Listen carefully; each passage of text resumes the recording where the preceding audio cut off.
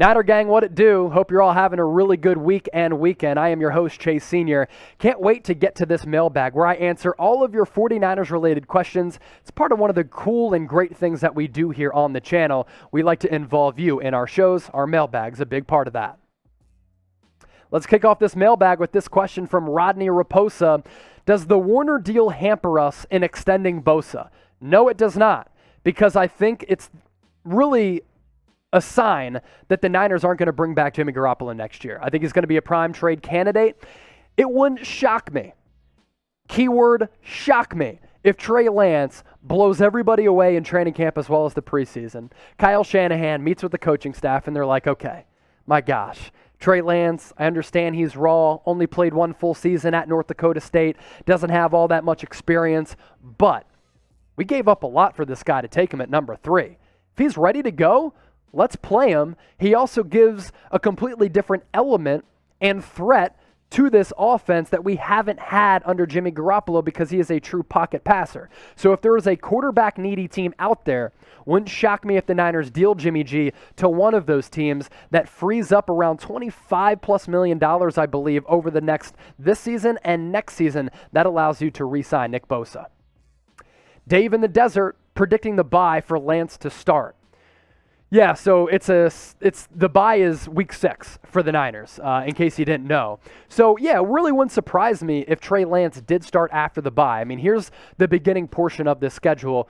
Week 1 at Detroit, you go on the road again against the Philadelphia Eagles, Packers Sunday Night Football, Week 4 against the Seahawks, Week 5 against Arizona. And if Jimmy G doesn't play well in those first few games, you have a bye week in week 6 to kind of get Trey Lance ready, and then do you take off the training wheels, so to speak, week 7, Sunday Night Football in front of a national audience? I'm kind of pinpointing week 8, Trey Lance against Justin Fields. I'm totally here for it. Speaking of that, who will have a better year, Lance or Fields? That's what you call a segue. Good question coming in from Pat Rick Stah. I'm not really sure. I mean, originally I wanted the Niners to take Fields at number 3. That's who I had the Niners taking in my first Niners mock draft. I then pivoted to Trey Lance in my final mock draft because I wasn't a coward and I didn't give up to all of the cowards who were saying, it's going to be Mac Jones, it's going to be Mac Jones. That never made sense to me. It really depends on who plays more. The Niners have a better team than the Chicago Bears, but Lance could play more because the Bears don't have as good of a team. And if the 49ers with Jimmy G get off to like a 5-0 start, they've got some momentum going into the bye week, Jimmy G's playing well, and the Niners are like, yo, we can compete for a Super Bowl this year, let's go with the vet, then maybe Trey Lance doesn't play this year and Justin Fields plays much more. Jimmy G, Andy Dalton. Who's better? Jimmy G, right? So that could pave the way for Fields to play. Who do you think will be better this year? Type F for Justin Fields, type L for Trey Lance. Laszlo Van Zandt. G'day, Chase. Is Jalen Hurd the perfect fit for the genius of Kyle Shanahan? 2 years of waiting has been painful. It has. But it's going to be awesome to see how Kyle unleashes this weapon. I mean, Kyle Shanahan was part of the coaching staff that drafted Jalen Hurd. They understand what this guy can do. Just go on YouTube, do yourself a favor. I know I've talked about this a couple times here on the channel. Just go back and watch what Jalen Hurd did in his first preseason game, the only preseason game that he played against the Dallas Cowboys. He looked like a goddamn stud. And if he's able to stay healthy, I think he can be a goddamn stud. Dude just has to stay upright and healthy. I'm bringing the heat. You know, that's what we got to do here. Wet Noodle 187, he brings the heat every week. He's coming in with this question. How would you rank the NFC West teams, as overrated or underrated or just right? I think it's just right. I think every team is like properly rated or underrated. Last year going into 2020, I had said, look out for the Arizona Cardinals. I think Kyler Murray is going to take a big leap. That's what happened. And if it wasn't for him injuring his shoulder 3/4 of the way through the year, which I think led to the Cardinals losing like 5 of their last 7 games or something like that. They went into Week 17 still playing for a playoff spot. So I think the Cardinals are somewhat underrated. The issue with the Cardinals is this. They're playing in this incredible division that is so talented. So I think the Niners are properly rated. I think the Seahawks with Russ, look, he's a future Hall of Famer. Say what you want about the Sea Chickens.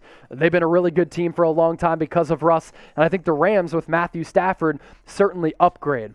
I will say, losing Cam Akers for the Rams, that is very significant. And I don't care which team you root for. When a player goes down with an injury like that, it just sucks to see. Torn Achilles, awful news for Cam Akers. I think it affects them just a bit. I still think the Rams are really good, though. Hanif Razak, he's hitting us with heaters every single week. How good will Azeez Al-Shahir be next season? I think he's going to be good. I like him. Look, only 23 years old, somewhat of an overshadowed guy coming out of Florida Atlantic. And last year, he was okay. He was pretty solid. I think DeMeco Ryans is going to have a role for him, just kind of unleash him a little bit. 35 tackles in 2020, 1 tackle for loss, 1 forced fumble. I think he should be considered to be one of the breakout candidates for this upcoming season. I think he could be pretty solid, and he's one of those players that I'm pinpointing who could take a jump in addition to a Javon Kinlaw. I don't know if they're rookies in Diamador Lenore and Ambry Thomas, Talanoa Hufanga are going to be able to play right away. I like Azeez and Javon Kinlaw with that experience to kind of go to the next level. Let me ask you this. Do you watch the NBA?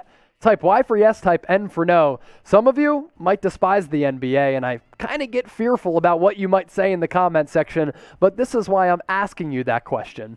Because next week on Thursday, we're going to be live for the 2021 NBA Draft, myself and Harrison Graham, breaking down every single selection of the 2021 NBA Draft. Producer Sam Brown on the 1s and 2s for the Niners Report. He's going to be producing the show. He's also going to be on air at times.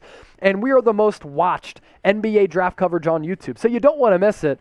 And so that you don't miss it, youtube.com/chatsportstv. Subscribe to our main Chat Sports YouTube channel. It all gets underway, 7 o'clock Eastern.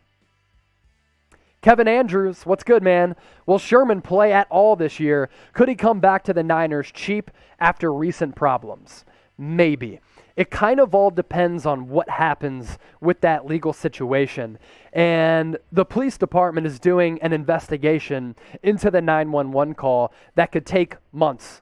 I used to cover news in my previous job, WNEP TV in Scranton, Pennsylvania. You ever heard of it? Yeah, same town as The Office, funny or not. And these situations just take a really long time to transpire and play out. So it wouldn't shock me if Richard Sherman doesn't sign with the team for a little while until the legal situation gets figured out. John Lynch did say, though, whatever team Richard Sherman is on, whatever he needs, we as an organization are here for him. I thought that was a very classy act. Andrew Smith, did Trey wear a bra before he got to the Bay Area? Oh, what a fantastic question. I can't tell you if he did. I'm not sure if he's been a bra guy throughout his life. That question coming in because Trey Lance is wearing this GPS tracking monitor to kind of track his movement, his heart rate as well as his physical fitness, and people were just dragging him on Twitter. But we here on the 49ers Report, we're a pro Trey Lance channel. I had to defend him and let the people know it ain't a bra. Charlie Nilo, should we sign Dez Bryant and trade Mohamed Sanu for a few picks? Mohamed Sanu isn't going to net you anything, really. So he can't be used as a trade chip.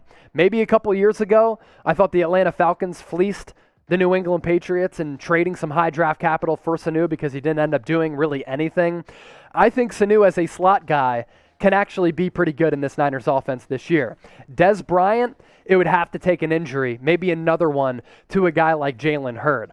Honestly, I've seen Dez Bryant working out this offseason, and I'm not like a big, he's in the best shape of his life season. He did look pretty good and fit. He only had 6 receptions, 47 yards, 2 touchdowns in limited action last year with the Baltimore Ravens. But honestly, as a red zone threat, I don't completely hate it if you're giving him $1 million, $900,000 if a guy like Jalen Hurd gets injured, because Dez Bryant, also a big body dude. Charlie, is 12-5 this season good for the playoffs? Yes, for sure. I think the NFC West could have 3 teams in the playoffs. Totally think that could happen. Mary491, chances Nick Bosa wins comeback player of the year. I've been asked this a couple times, and I guess Nick Bosa could win it. But coming off a torn ACL, unfortunately, that injury has become so common over time that it's not considered otherworldly for players to come off those injuries. Really, when I think of comeback player of the year, it should be named after Alex Smith. It should maybe go to Dak Prescott, who snapped his ankle in half. Alex Smith, going through dozens of surgeries, nearly dying, is really comeback player of the year worthy. Nick Bosa coming off the torn ACL, I don't think so. I do have him pegged in for double-digit sacks, though. Training camp, it's coming up in just a few days. How pumped are you for the preseason to get started? Scale it for me from 1 to 10 in the comment section right now. I'm going up to 10. I just can't wait to start talking real football. Less news and rumors, more analysis, more football talk. I'm all for it. Alfredo Hernandez, if Hurd makes the team, should we bulk him up? New Megatron. Comparing him to Calvin Johnson, one of the most physically freakish and best wide receivers, not just of the last generation, really of all time, is lofty, lofty praise for a guy who's never appeared in a regular season game in 2 seasons, who has torn his ACL and has also had back issues. So I'm not going to compare him to Megatron. I don't think that's fair. J Moose, do you think Trey Sermon will have a 1,000-yard season in his rookie year? I don't know if I'm going to have him compiling 1,000 yards rushing.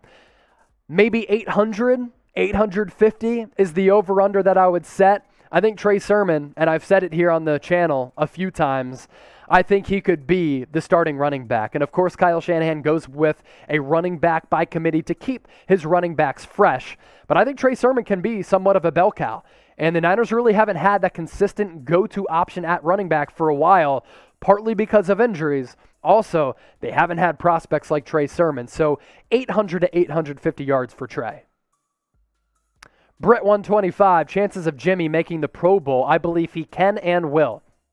Word is, came to off-season workouts, OTAs and training camp, bulked up, looking a little bit bigger, looking stronger, coming off that ankle injury. I know that Jimmy Garoppolo can play. I saw what he did in 2019. The only thing that has held this guy back from really being considered a top 15 quarterback, maybe bordering on top 10 in 2019, it's the injuries.